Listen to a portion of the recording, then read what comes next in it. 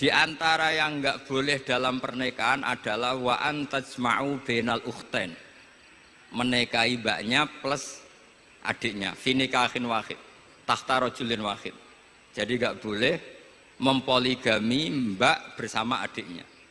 Kalau kita percaya zahirun nas, maka yang haram hanyalah wayoh atau berpoligami mbak dan adik. Dan itu bahaya kalau Anda memahami seperti itu. Zaman Rasulullah Sugeng ngendikan ditambahi satu tok sama Nabi.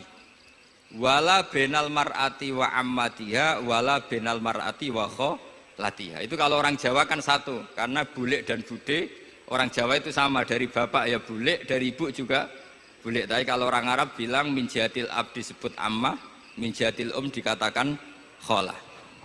Nabi zaman Sugeng itu hanya nambah itu tok.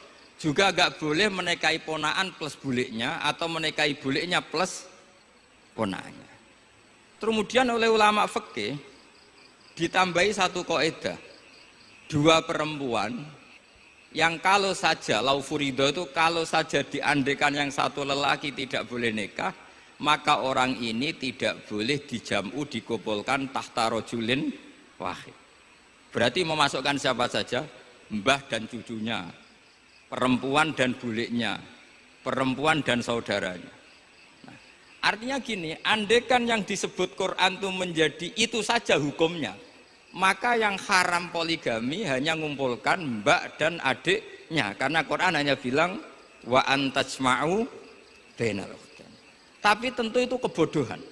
Mesti gak tahu ngaji usul fikih. Kitab yang pantangannya orang banyak, ya pantangannya gurune bareng, jadi itu bukan pantangan muridnya saja, ya pantangan gurune bareng. Akhirnya apa? Itu kita analisis bahwa ini mimbabi dzikril ba'di wa iradatil kul. Mungkin ada ulama yang era Imam Syafi'i meredaksikan wa antajma'u bainal ukhtain ibaratun anil jam'i bainal mahromen. Apapun itu, tetap ukhtan di sini itu satu percontohan mengumpulkan dua perempuan yang ada hubungan mahram, entah karena saudara kandung atau bulik bude atau mbah sama cucu. Lalu pertanyaannya, kenapa Quran tidak menyebutkan mbah dan cucu? Kebayang nggak misalnya Gus Rizza nikah orang perempuan cantik umur 25 plus mbahnya umur 70 tahun? Mau membayangkan. Katanya tidak mau membayangkan. Artinya gini, orang waras itu tidak akan melakukan seperti itu, maka nggak perlu dilarang. Tapi nak rabi bae suwe-suwe gedon jebule ayu adi itu banyak. Terus dongano bae mati itu banyak itu mungkin. Sehingga yang potensi bahaya itu wa antas mau penal ukhten. Karena yang potensi nakal itu ya itu tadi. Roh nambake luwe ayu rabi adike, semoga kalau sedang keluarga orang lain ceraikanlah. Dungane meksa. Dungane meksa niku wae.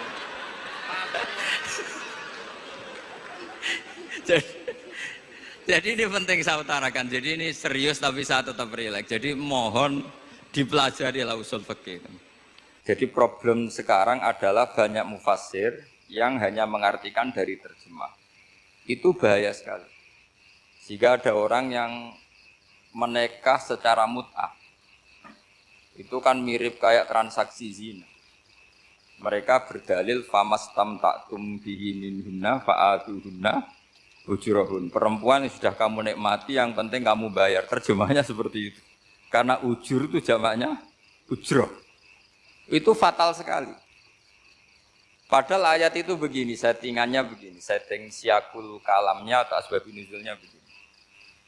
Ini sekaligus, memang saya sengaja ngaji dengan tema yang berat, untuk penghormatan pada yang ngaji. Kalau temanya ringan kan kayak TPG. Jadi ini supaya gue keren-kerenan, ini ada doktor, Pak Oni pernah dekan Fakultas Hukum. Jadi kalau saya nanti salah tinggal ditangkap saja, gampang kan? Tapi nangkap saya berurusan dengan Tuhan.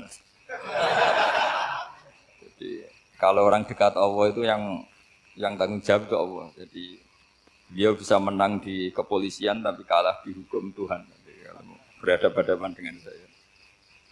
Begini asbab nuzulnya begini. Wal muhsanatu minan nisa yang awal juz 5 itu ya kita santai aja. Yang awal juz 5 itu sebetulnya maktuf diatafkan pada ayat hurrimat alaikum ummahatukum wa banatukum wa akhwatukum wa ammatukum wa kholatukum wa banatul akhi wa banatul ukhti. Jadi perempuan yang haram dinikah itu ada 7. Yang faktor nasab yaitu siapa? Ibu, putri, saudara putri, bulik dari bapak, amah itu bulik dari bapak, kholah itu bulik dari ibu, keponakan dari saudara lelaki, keponakan dari saudara perempuan. Ini disebut haram karena nasab gen. Kalau orang Jawa bilang hanya 4 karena ngitungnya bulik baik dari bapak maupun ibu. Kalau orang Jawa bilang kan bulik terus keponakan dihitung 1. Padahal ada keponakan dari saudara lelaki, ada keponakan dari saudara apa? Perempuan. Wa banatul akhi wa banatul ukhti. Terus kedua haram karena rodok. Kita tahu dalam hukum Islam rodok adalah sama dengan nasab. Jadi ibu yang pernah menyusui kamu berarti jadi ibu kamu. Dan saudara sepenyusuan berarti menjadi saudara kamu. Ini disebut wa ummahatukumul lati arda'nakum wa akhwatukum minar rodok. Terus ketiga haram karena musoharoh, karena besanan. Jadi pagi ini misalnya saya nikah dengan Sri, bilang qabil tu nikaha wa taswijaha bil maril makur. Setelah nikah dengan Sri ini otomatis ibunya dia menjadi mertua. Otomatis haram saya apa? Nikah. Ini namanya haram karena musoharoh. Atau kamu punya anak Zaid. Zaid pagi ini akad dengan Sri. Berarti Sri adalah menantu Anda, otomatis haram bagi Anda. Itu namanya haram karena musoharoh, karena bisanan. Itu yang disebut waroba apa haram-haram itu kan seterusnya itu wa ummahatu nisaikum.